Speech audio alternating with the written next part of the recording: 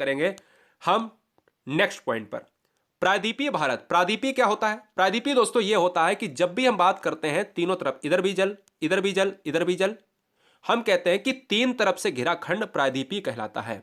और एक तरफ से स्थल से लगा हुआ, इधर पाकिस्तान चाइना है, इधर नीचे पानी से, यानी तीन तरफ से अगर कोई भी चीज घिरी हुई है तो दोस्तों याद रखिएगा, ये देखिएगा इधर पानी, इधर पानी, इधर पानी, और इधर वाला लैंड भूमि है, ठीक है ना। यानी तीन तरफ से भूमि को हम कहते हैं प्रायद्वीपीय भूमि। प्रायद्वीपीय भारत की बात करें तो सबसे दक्षिणतम पॉइंट हमने अभी आपको बताया था, इंदिरा पॉइंट। लेकिन दक्षिण भाग की बात करें तो यहां पर तमिलनाडु में पड़ता है, जिसका नाम है केप कोमोरिन, जो कन्याकुमारी में स्थित है। जब दक्षिणतम पॉइंट पूछे तो इंदिरा पॉइंट, दक्षिण भाग पूछे तो केप कोमोरिन। कहां है? तमिलनाडु के शिखर पर स्थित है। क्लियर है? तमिलनाडु स्टेट नहीं भूलना। भारत की स्थल लंबाई, स्थल का मतलब होता है कि जो भूमि दूसरे देशों के साथ लगी हुई है वो स्थल होती है, और जो तटीय भूमि होती है जो पानी से लगी हुई है। भारत की स्थल लंबाई होती है 15,200 किलोमीटर, और भारत की जो तटीय भूमि है द्वीपों को लगाकर 7516 किलोमीटर है, और द्वीप को छोड़ दिया जाए तो 6100 किलोमीटर है। क्लियर है? आगे हम बात करेंगे, यह क्वेश्चन इंपॉर्टेंट है, बहुत बार पूछा जाता है कि भारत का मानक समय कितने डिग्री देशांतर पर है। तो भारत का मानक समय दोस्तों 82.5 डिग्री, 82.5 डिग्री को ऐसा भी लिखा जाता है, परेशान मत होना। और देशांतर हमेशा लेना है, अक्षांश नहीं, क्योंकि टाइम हमेशा जीएमटी पर रिलेट करता है। जीएमटी का मतलब होता है ग्रीनविच मीन टाइम, और जीएमटी का मतलब होता है जो टाइम जोन होता है वो हमेशा लेटिट्यूड पर ना होकर लॉन्गिट्यूड पर डिपेंड करता है। लॉन्गिट्यूड का मतलब होता है देशांतर, ठीक है ना। खड़ी रेखाएं, ग्लोब पर जितनी भी खड़ी रेखाएं होती हैं वो देशांतर होती हैं, और जितनी पड़ी रेखाएं होती हैं वो अक्षांश होती हैं। खैर हम इनको बाद में बात करेंगे। भारतीय मानक समय रेखा 82.5 डिग्री पूर्वी देशांतर है, पहला क्वेश्चन। दूसरा क्वेश्चन, भारतीय मानक रेखा, ये कोई नहीं बताएगा आपको, किताबों में भी नहीं दिखा होता है, किताबों में भी बहुत मुश्किल में मिलता है। किताबों में केवल इतना ही मिलेगा 82.5 डिग्री, लेकिन किताबों में यह नहीं मिलेगा कि कौन कौन से राज्य से गुजरती है। और कर्क रेखा तो सभी बच्चे जानते हैं, लेकिन यह बताओ कि भारत की जो मानक समय है, भारत में कितने मानक समय? एक मानक समय। कहां से गुजरता है? आप कहोगे सर उत्तर प्रदेश के मिर्जापुर या इलाहाबाद।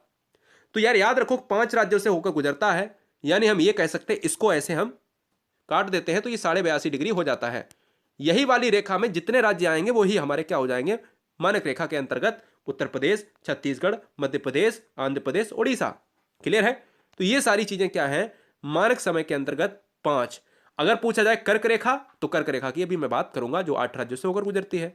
तो फिलहाल ये वाला आपने टाइम जोन वाला पढ़ लिया। भारतीय मानक समय और ग्रीनविच समय के बीच कितना अंतर होता है? तो 5.5 घंटे का अंतर होता है भारत और जीएमटी के बीच, जहां पर मानक समय स्टार्ट होता है। याद भी ये भी रखना है कि 5.5 घंटे पीछे है या आगे। तो भारत का जो मानक समय है, स्टैंडर्ड टाइम है, वो 5.5 घंटे ग्रीनविच समय से आगे है। क्या है? आगे है। यह बात आपको याद रखनी है। चलिए आगे बात करें। अगर मैं बात करूं, अभी भाई हमने यही पूछा था आपसे कि भारत का जो मानक समय 82.5 डिग्री से गुजरता है वह कितने भारत के राज्यों से गुजरता है? तो आपने आंसर दिया 5। अब वो 5 कौन कौन से राज्य थे वो मैंने आपको मैप से बता दिया, उत्तर प्रदेश से लेकर उड़ीसा, आंध्र प्रदेश की हम बात करें। खैर, लेकिन जब भी क्वेश्चन में मानक समय और कर्क रेखा के बीच में अगर क्वेश्चन आ जाए तो कंफ्यूज मत हो जाना। कर्क रेखा अलग से गुजरती है, कर्क रेखा ऐसे गुजरती है, मानक समय ऐसे गुजरता है। ये मानक समय है और ये हमारी कर्क रेखा है, ठीक है। कर्क रेखा 23.5 डिग्री पर गुजरती है और मानक समय हमारा 82.5 डिग्री पर। तो ये फर्क है यार, ठीक है। अगर मैं बात करूं 8 राज्यों से कर्क रेखा गुजरती है, मैंने आपको ट्रिक भी बताई थी, मित्र पर गमछा झार। गुजरात, राजस्थान, मध्य प्रदेश, छत्तीसगढ़, झारखंड, पश्चिम बंगाल, त्रिपुरा और मिजोरम। 1 2 3 4 5 6 7 8। क्लियर हो गया? हम अगर इसको थोड़ा सा ड्रा करने की कोशिश करें तो ये आएगा लगभग, ये लगभग लगभग आएगा, ड्रा ऐसे नहीं हो सकता, ठीक है। तो मैं ये कह सकता हूं कि सारे राज्य 8 हैं। और क्वेश्चन कैसे एग्जाम में पूछता है कि निम्नलिखित में से कौन से राज्य से कर्क रेखा नहीं गुजरती है, तो आपको यार 8 तो आने चाहिए, तभी तो आप नहीं वाला निकाल पाओगे। हो सकता है उत्तर प्रदेश दे दिया हो, आप कहोगे सर उत्तर प्रदेश से गुजरती है या नहीं गुजरती है, मैं तो कंफ्यूज हूं। तो पहली बात, अधूरा ज्ञान नहीं लेना है, ठीक है। आगे बात करें, आगे हम दोस्तों बात करेंगे कि क्वेश्चन में कई बार बहुत ये पूछा जाता है कि भारत का सबसे ज्यादा नगरीय राज्य कौन सा है। नगरीय राज्य का मतलब है कि जो सबसे ज्यादा नगर के विकास की तरफ बढ़ा है, यानी सबसे ज्यादा नगरीय राज्य है वो है हमारा गोवा। गोवा की बात करें, मैप में अगर देखा जाए गोवा कहां पर है, तो गोवा ये रहा। गोवा किस नदी के किनारे है? मांडवी नदी के किनारे है। गोवा की राजधानी क्या है? पणजी है ना। सिंपल सी बात है। गोवा कैसा है? तटीय इलाका है। अगर बात करें कि गोवा कैसा है? नगरीयकृत इलाका है, यानी राज्य है। पहला क्वेश्चन, भारत में सबसे कम नगरीकृत राज्य कौन सा है? अगर ज्यादा है तो गोवा है, अगर कम है तो वो है हिमाचल प्रदेश। हिमाचल प्रदेश कैपिटल शिमला। याद रखिएगा, हिमाचल प्रदेश में एक क्रिकेट स्टेडियम भी है जिसका नाम है धर्मशाला। क्वेश्चन में कई बार आया है कि धर्मशाला स्टेडियम किस राज्य में है। आगे हम बात करेंगे, भारत का मध्य प्रदेश सबसे अधिक वन वाला राज्य है। यहां पर सबसे ज्यादा वन पाए जाते हैं। मध्य प्रदेश ये रहा। मध्य प्रदेश में सबसे स्वच्छ शहर भी है। भारत का सबसे स्वच्छ शहर मध्य प्रदेश में है। यह आपको बताना है कौन सा है। मैं आपको बताता हूं, इंदौर की बात हो रही है।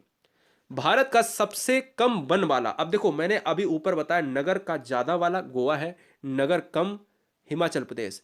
भारत में सबसे ज्यादा वन कहां पर है? मध्य प्रदेश में। और भारत में सबसे कम वन कहां पर है? सबसे ज्यादा वन है मध्य प्रदेश में और सबसे कम है हरियाणा में। भारत का सबसे ज्यादा बारिश वाला क्षेत्र माशानिराम है और स्टेट मेघालय है। क्यों? क्योंकि भारत का माशानिराम क्षेत्र मेघालय के क्षेत्र में पड़ता है और यहां पर 200 सेंटीमीटर से भी ज्यादा बारिश होती है। यहां पर दोस्तों अगर बात करें तो वनों की बात करें तो सदाबहार वन पाए जाते हैं। सदाबहार वन में कौन कौन सी प्रजातियां हैं? जैसे आबनूस, रोजवुड वगैरह। फिलहाल ये चीजें आपको याद अभी नहीं करनी है, जो एग्जाम में आए वो चीजें केवल स्क्रीन पर लिखी हैं। भारत में सबसे कम वर्षा वाला केंद्र शासित प्रदेश कौन सा है? तो यह है आपका लेह है। याद रखना है कि लेह में सबसे कम वर्षा होती है। यहां पर 15 जो है कितनी 15 से आपकी 40 सेंटीमीटर तक वर्षा होती है। जबकि उधर माशानिराम में 200 सेंटीमीटर की बात करें, यहां पर मिली एमएल की बात करते हैं। बहुत बढ़िया, चलिए ये सारे पॉइंट क्लियर हो गए। अरावली पर्वत की बात करें जो दिल्ली से राजस्थान तक फैली हुई हैं।